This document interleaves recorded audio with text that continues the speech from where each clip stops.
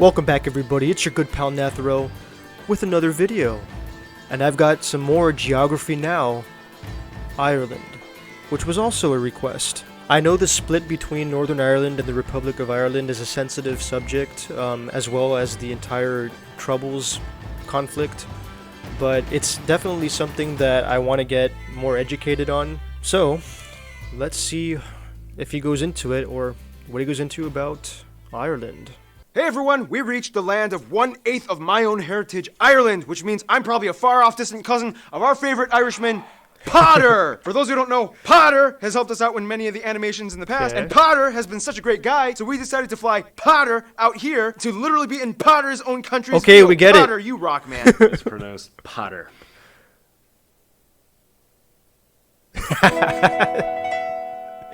Patter, so like ladder, patter. Too late. I've been calling you Potter for like 2 years now. I'm not changing my mind. Anyway, we've reached Ireland! And I'm here to correct him if he gets anything wrong. So don't worry, lads. Yeah, that is so true, Potter. That's what that feels like. The Emerald Isle, Europe's rain shield, the McNugget. Ireland is loaded with so many notable spots and regions. And there's a town called Dingle. First of all, Ireland is the third largest island in Europe, located in the North Atlantic Ocean, separated from Great Britain by the North Channel, the Irish Sea, and St. George's Channel. Did you notice how I deliberately avoided British Isles? Yeah, good call. Now, here's where things get a little confusing. Ireland's subdivisions. Let's just get it over with quick and fast. So when discussing the independent sovereign state, most people are referring to the Republic of Ireland, which makes up these 5/6 of the island, and unless mentioned otherwise, this is the Ireland we'll be mostly discussing in this episode. To this day, the last fifth northern part of Ireland here is actually part of the UK, and it doesn't even quite know exactly what to label itself. Some call it a province, some say it's a region, some say it's a constituent country, but the point is, the UK holds on to it. Which, as you can imagine, has created some interesting feelings in the past with the Irish. It's weird though, because the people here can choose their own citizenship, be it British, Irish, or both. On the west side, the North Ireland border just juts into the farmlands. Whoa, wait a minute. Whoa, let me back that up again. Hold on. Some say it's a region, some say it's a constituent country, but the point is, the UK holds on to it. Which, as you can imagine, has created some interesting feelings in the past with the Irish. Yeah. It's weird though, because the people here can choose their own citizenship, be it British, Irish, or both. On the west... Okay, so when he said that, he's referring to people in Northern Ireland. They can choose their citizenship. I mean, if that's the case, what effect does that have on them choosing? Like, depending on what they choose, do they have to conform to different types of laws? You know, like, what comes attached to you choosing what you choose, you know? It's very interesting. Side, the North Ireland border just juts into the farmlands, ending at a small village called Manger, and provides a 7-kilometer wide corridor to the town of Bundoran for the rest of the Republic to enter into Donegal County. And then you have the strange Penne Enclave right across the Finn River, with only a 1/10 of a kilometer wide entrance that Ireland grabbed, and is still part of Monaghan County. This, in return, gave a small exclave to the UK, an unnamed patch of land with only 3 small farming homes. The only way to get in besides swimming across the river would be by taking the most name-switched international road on the island, the Irish N54, which turns into the A3 highway once you cross into Northern Ireland. Then it switches back into the N54 once you cross into the exclave. Then it reverts back to the A3 again for about 2 kilometers, and then back to the N54 once you cross back into the Republic of Ireland. So literally, it's like Irish, British, Irish, British, Irish. Or as I like to call it, my dating life. Also, the UK was like, instead of following the Foyle River all the way up to the Foyle Loch, why don't we just swerve left through the farmland, take the entire city of Derry? Because hey, logic! Basically, to an Irish person, the entire island of Ireland, including Northern Ireland, is just Ireland. So if you consider the administrative divisions... Holy crap, what? Okay, I knew there had to be like some complications between, you know, the north and the south, but like,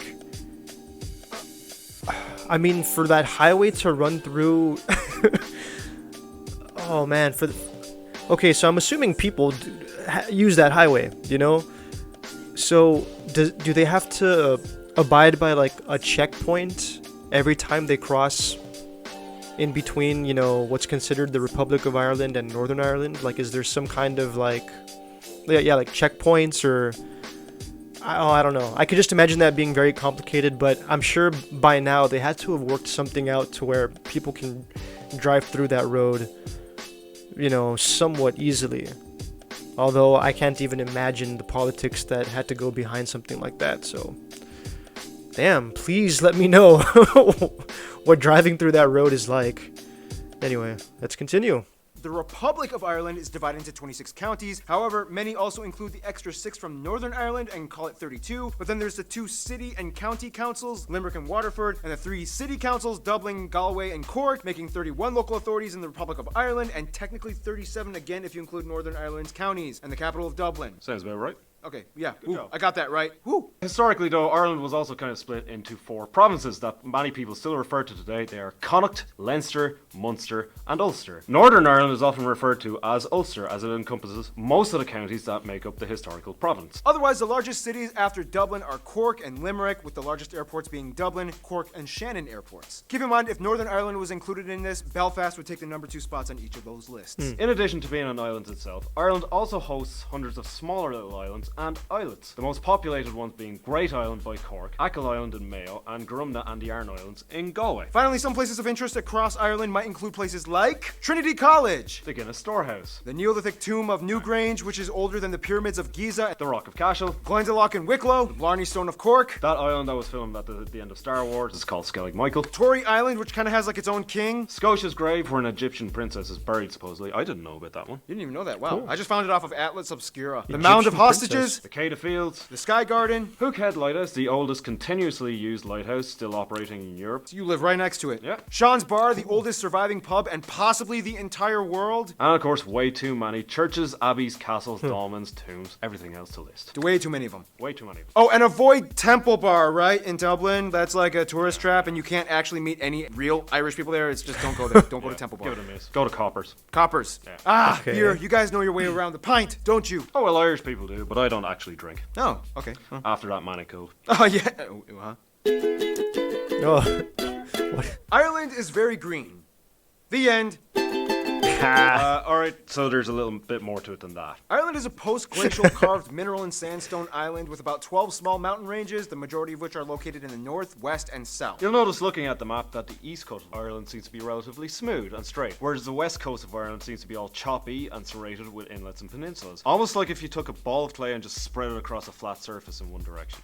Yeah. One direction. Anyway, the tallest peak is Mount Carntool at about 1,000 meters. The longest and most important river being the River Shannon. And a large lake on the entire island being Loch Ness in Northern Ireland. However, if we're talking about the Republic of Ireland, the largest would be Loch Corrib in West Galway. The west side is also home to the most notable natural landmark, the Cliffs of Moher, that rise about 120 meters straight up from the ocean. Otherwise, you have the Sleevely Cliff a bit further up north, and in the UK's Northern Ireland, you have the Giant's Causeway, a series of hexagonal volcanic cool. plug steps that just jut into the ocean side. I love how you say that. Hexagonal. Hexagonal.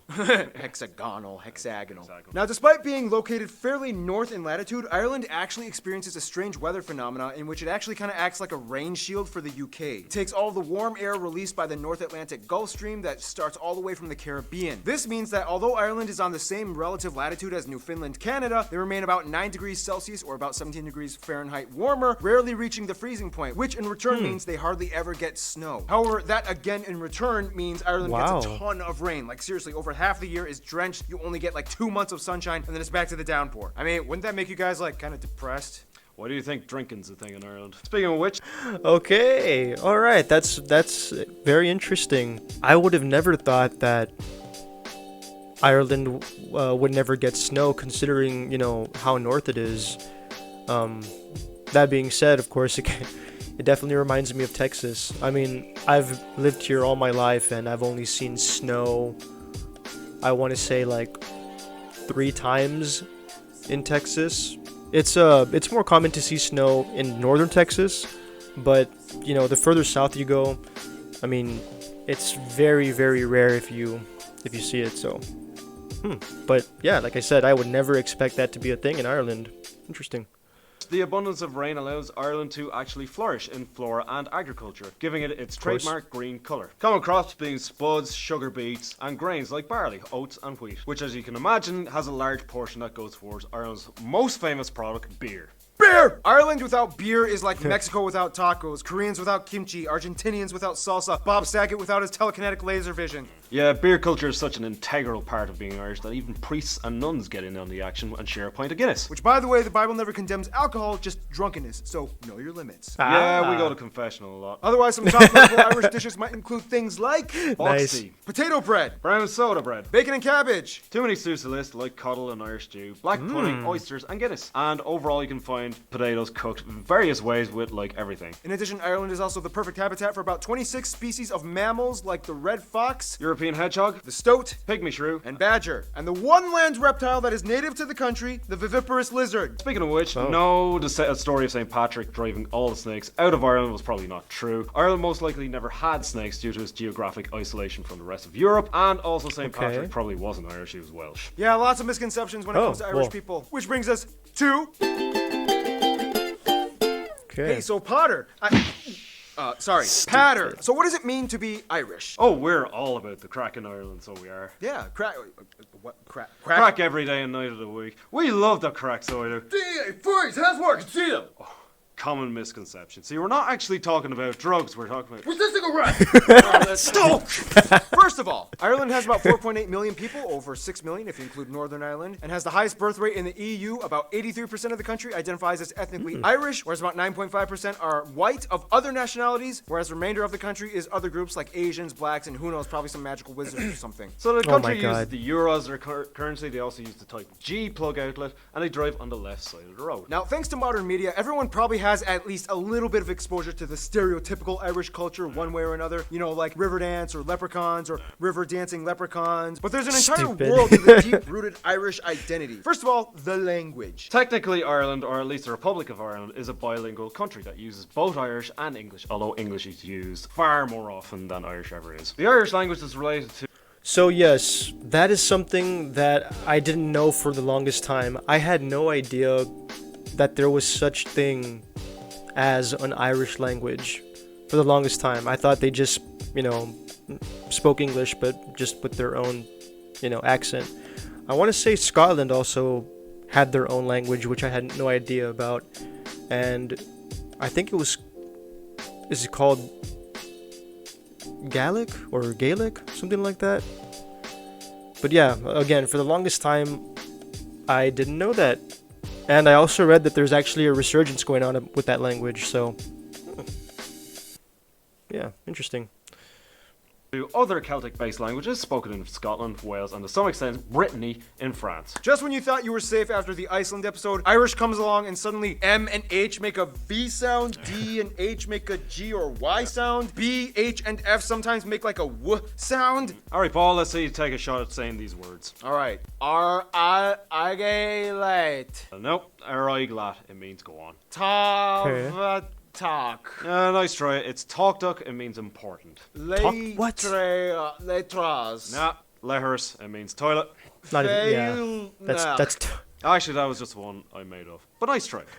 For a long time, the language was suppressed and discouraged by the English-speaking rulers to the point where a couple of generations were greatly affected and grew up barely knowing their own native tongue. Today, the language has seen a huge resurgence and is one of the core subjects in most primary and secondary schools. Although less than half the population claims to be fluent in Irish and only a few communities actually speak it regularly in daily life, the Irish language still survives into the 21st century. All the public signs are posted in both languages. They even have an Irish-speaking TV channel, radio station, and even an online newspaper. In order to get a real feel of Ireland, though, you kind of have to know a little bit of history, which will take way too long to explain, but in the quickest way we can put it... Stone Age. Celtic culture comes in. Chiefdoms. High Kings. Christianity. Vikings. Normans. Castles got built. Black Death. Henry VIII split from the Catholic Church and attacked. Ulster Plantation and quasi-English rule Oliver Cromwell. Wars. Theobald Wolfe, who led a failed rebellion. Potato famine. Sons moved to the US and Scotland. Gaelic revival. North doesn't agree. Conflict and persecution against Catholics. Home rule. Home rule suspended. World War I, Eastern Rising. IRA fights. Irish Civil War. Free Staters won. World War II, they remain mostly neutral. Okay, holy crap. Yeah, they went through a lot of major historical events, including the whole, and yeah, it says right here 1969 Civil Rights Marches. Yeah, they included the whole splitting of Northern Ireland and the Republic of Ireland. So in a very general summary, this is how I understood it, is that, Ireland wanted to adopt, more of a home rule. The northern part of Ireland was opposed to it. And there was also a religious component attached to it between Catholics and Protestants. That eventually just led to a split, but then, there were some reforms that were attempted to be introduced in the later 1900s, but that led into basically what are known as the Troubles to this day. And let's see if they touch up on it, because I'm curious to know more about what happened. 1869 civil rights marches. Northern Ireland gets more drama. They joined the EU. Good Friday Agreement. Celtic Tiger. Financial crisis, but they still grow and move forward. And here we are today. As mentioned, the largest ethnic group of people in Ireland, the Irish, come from a long line of people known as the Celts or the Celtic. It's Celtic, Boston.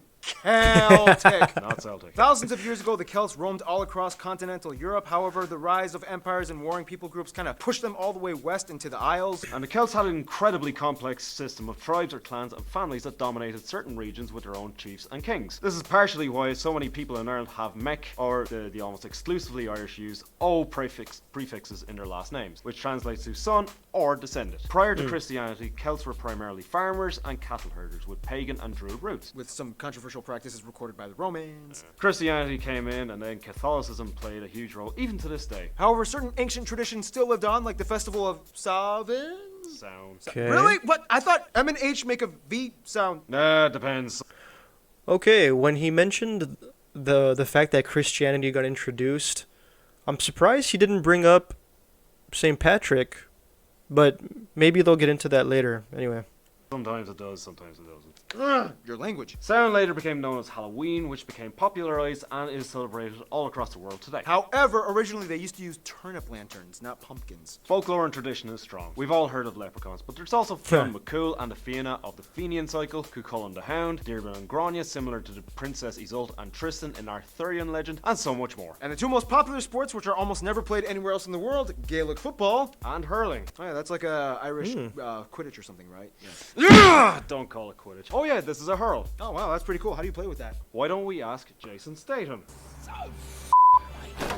Speaking of which, there is no universal Irish accent. You get different dialects from different regions. For example, Who's this tosser thinks he's great? Now he's on YouTube. I'll wrap this whole round his neck. Big fat head on him. Well, I came home on a Monday night, as drunk could be. I don't know who you are or where you are, and I will find you and return this wallet. dude, thank God you came here because I would have offended the entire country and gotten stabbed within hours of upload if I attempted that. Oh, yeah. Otherwise, some famous people of Irish descent might include Nice. people like Oscar Wilde, James Joyce, Bram Stoker, Samuel Beckett, chemist Robert Boyle, Graham Norton, Terry Wogan, the Irish PewDiePie guy, U2 and Bono, The Script, the Dubliners, Phil Lynott, whom I incorrectly referred to as Philly Knott in the Guyana episode. Sorry about that. the Cranberries, Enya, Hosier, the Rubber Bandits, the dude from One Direction, Colin Farrell, Cillian Murphy, Brendan Gleeson, Saoirse Ronan. I got that. Nail it, Maureen Nice. O'Hara, Richard Harris. and Northern Ireland, Liam Neeson. And Michael Fassbender is half Irish, so I guess it kind of counts. Yeah, some guy called Conor McGregor. Yeah, Conor McGregor. Oh, and according to that one Malaysian guy from Flag Friday, Westlife and Boyzone. Otherwise, we could go on and on.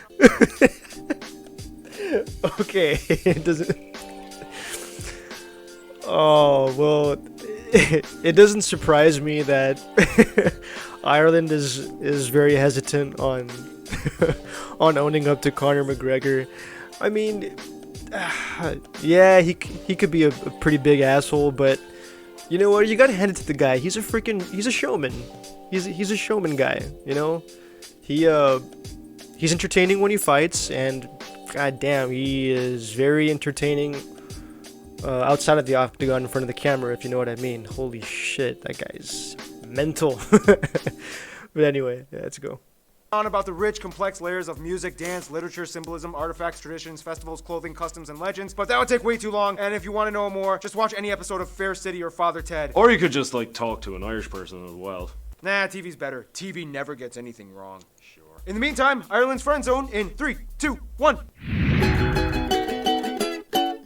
No matter where you find them in this world, you know you're going to be lucky when you find an Irishman. First of all, as an EU member state, Ireland has strong ties to many of their continental neighbours, specifically the Catholic countries, like France and Spain. The French and the Irish have a long history of joining up in the squabbles against the British. And about 60% of students in secondary school learn French. Spain is not only close and does good business, but it's also the #1 tourist destination for the Irish, as about a quarter of their entire population visits at least once a year. Surprisingly, the Lithuanians have been flocking to Ireland since the 90s, after the collapse of the Soviet Union, and make up the third largest immigrant group after the British and the Polish. But keep in mind, the Polish, they like go everywhere, so it's no shocker. I mean, remember how they made up like 8% of Iceland's population? Yeah. Now, despite the past drama, Ireland gets along pretty well with the UK. A lot of their imports come from them, and the Irish are an almost integral part of the common British atmosphere, as so many of them live there. And nonetheless, the best friends of Ireland would actually probably be Scotland in the UK and the USA. Scots and the Irish are Celtic brothers that have shared cultures since the beginning, as well as some of the same.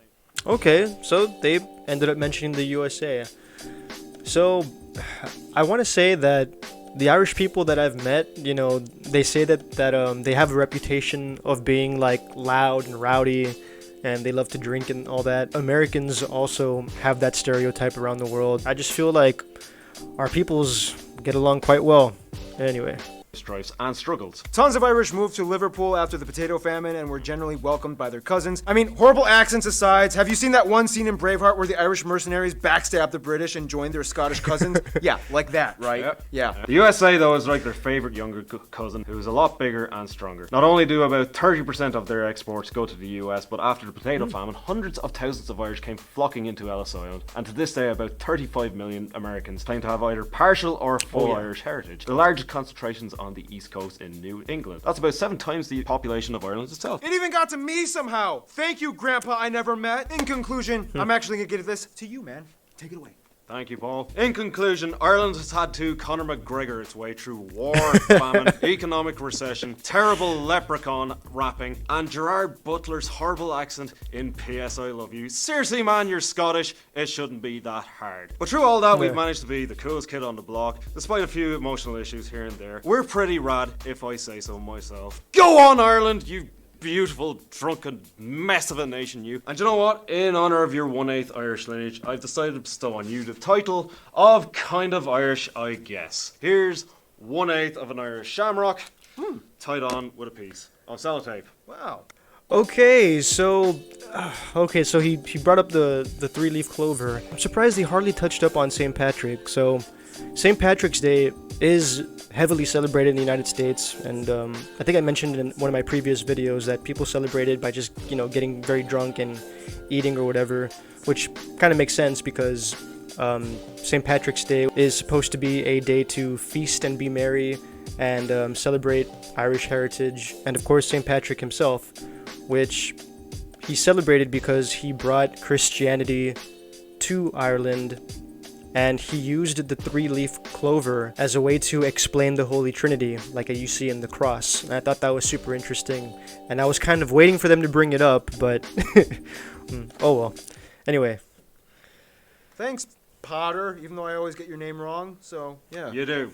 Oh. Title revoked. No, okay, come on. We've been through this. Okay, so it's like ladder, but patter, right? Patter, right? Patter?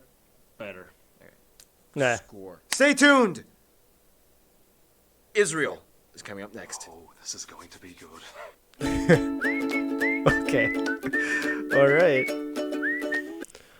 Okay, so that was Geography Now, Ireland, and yeah, I very much enjoyed the episode. And damn, that freaking highway that runs through, you know, the Republic of Ireland and Northern Ireland, that's just I'm just very curious as to how that works. And the fact that you guys don't really get snow, that was another surprise. Yeah, man. Good stuff, Ireland. Good stuff. That is all the time I have for this episode. Thank you very much for joining me. Please don't forget to like, subscribe, show some love in the comments below. Please do all that good stuff, and I will see you all in the next episode. Have a good one, guys. Peace.